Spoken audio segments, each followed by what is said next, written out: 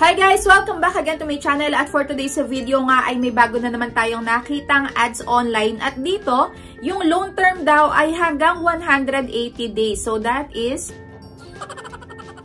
hanggang 6 na buwan nating pwedeng bayaran yung ilo-loan dito at bagong-bago lang din yung app na to. Pero hindi natin sure kung ito ba ay bagong labas or bagong palit ng pangalan. So dito nga nagpapaloan daw sila ng ayan 10,000 pesos at pagka binayaran mo ay 10,082 pesos lang. Diba? Very promising ito at may 4.8 nga as of the moment na ratings ang app na to. Pero dito nakita ko, nung pagka-open ko sa may app nila, ayan, tapos na ako mag-sign up dito. Naka-register naman sila sa SEC pero hindi nga ibig sabihin nun ay, ayan, maaasahan na to at legit talaga. Kaya yon, kailangan pa rin nating reviewin at alamin kung talagang maaasahan or paaasahin lang tayo ulit. So, yun, nagtaas na agad sila dito ng maximum loan amount. At yung ads na to ay may 19.7 thousand na, ayan, nakakapanood na. Kaya kung isa ka dito sa may nakapanood ng ads nila or nakakita ng ads nila, ay huwag mo muna itatry. Syempre, yan, tamang-tama ginagawa mo na nanonood ka muna ng all review bago ka mag-try ng isang loan app. Parang hindi na din masayang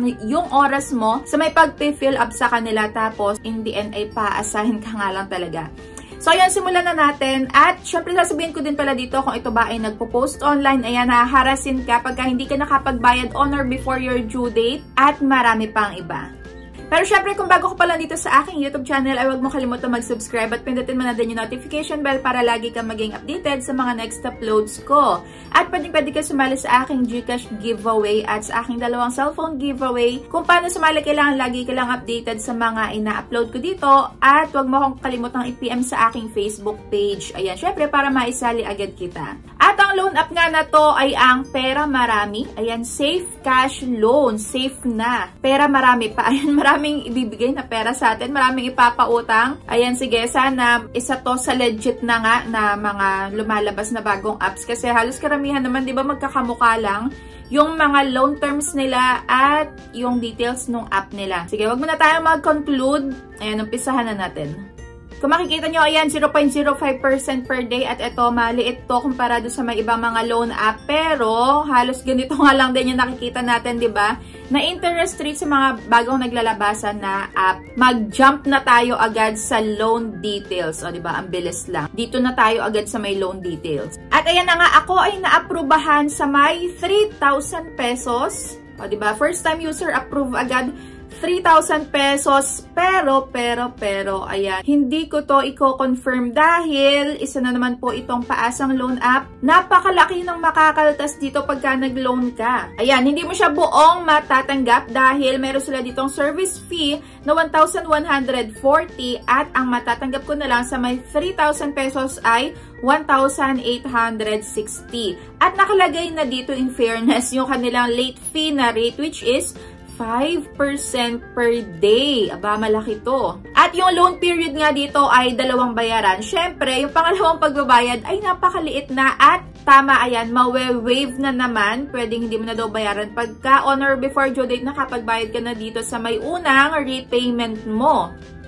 Dahil dito, 7 days lang talaga, fake news na naman po yung, ayan, 3 buwan hanggang 6 na buwan na pagbabayad dahil on or before 7 days kailangan bayaran mo na itong 2,970. At sa pangalawang pagbabayad mo ay 30 pesos na lang ang babayaran, o, di ba? Sino hindi maloloka dito? So, yung mga naka-register dito sa may SEC, hindi ibig sabihin talaga nun ay legit. Yan, di pa rin sila talaga sumusunod sa may kung ilang interest lang talaga yung ipapatong dito sa may mga pinapautang nila sa mga tao. At yung loan term na nakalagay 121 days ay hindi po talaga totoo. Pero, ayan, since nalaman mo na agad, ito ay not recommended na naman, hindi na naman to mapagkatiwalaan, hindi maaasahan. At nag-search nga ako dito online kung ito ba ay nagpo-post, ayan, nangaharas sa mga hindi agad makabayad. So, since ito ay bago pa lang, wala pa ako na-search nga dito na na-post na, ayan, na ito ay nakapangharas na. Pero, syempre, ang consequence nga nitong pag-accept natin dito, pag-confirm natin dito sa may pinakita sa ating loan details ay, ayun, syempre, makakatanggap ka dyan ng iba't ibang klaseng harassments or multiple calls and texts. Pagka ikaw ay hindi agad nakapagbayad sa ganitong klase ng app. Syempre, nakita mo na yung loan details, i-accept mo pa ba?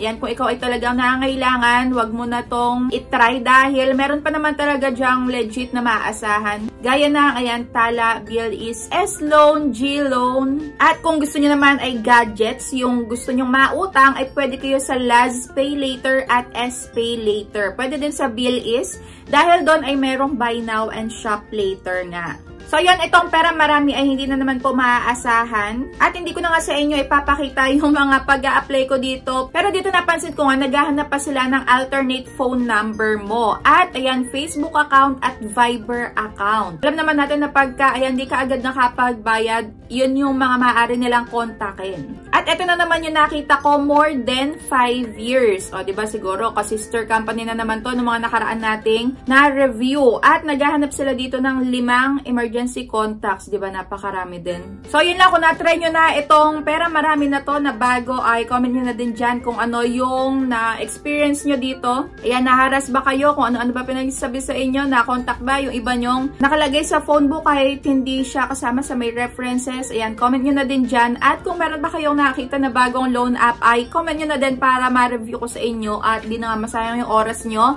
sa may pag-a-apply at in the end nga ay hindi naman pala talaga maaasahan.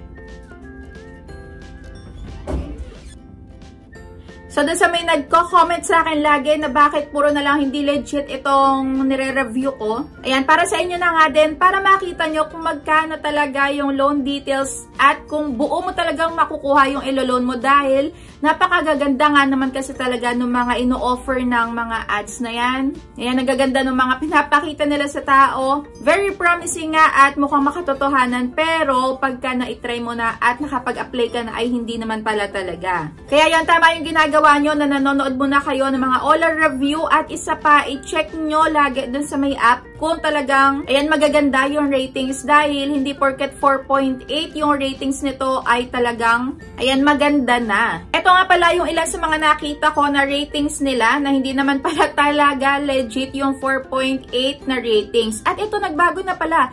4.9 na yung ratings na to. At ito yung nakalagay, dadami nga pera nyo. Na yan, kapwa Pilipino, dinudupang nyo. Ayan, halos half ng papautang nyo yung service fee. Kaya naman pala nga mataas dahil yung iba dito, hoping pa lang na maaprubahan sila. Kahit na, ayun, nakita nila yung loan details, hoping pa din sila na maaprubahan. Dito hindi natin alam kung talagang ito ba talaga yung mga nakakapag-try or isa sa mga agents lang nila yung mga nagre-rate dito. Ayan, so dito na ako confused nga yung mga bagong user na akala nila maganda pero hindi naman pala. Ugaliin nyo nga na tingnan yung ratings kung talagang totoo ba yan. Magpunta kayo dun sa may most critical yung merong rate na 0, 1, 2, 3. Yan, pagka kasi 5 ratings agad yan, automatic hindi talaga yan nakapag-try at posibleng nagtatrabaho lang din to sa may company na to or sa may lending na to, sa may loan app na to, kaya nila pinapataas. Ayan. So that's it nga for today's video. Isa naman pong paasang app ang nakita natin. At huwag na kayo magtatry dito para hindi na sumakit yung ulo nyo. Dahil totoong 7 days lang to. Ayan, hindi siya totoong 3 months to 6 months. At what more, pagka mataas na amount pa yung in-loan nyo dito, magkano na lang yung matatanggap nyo.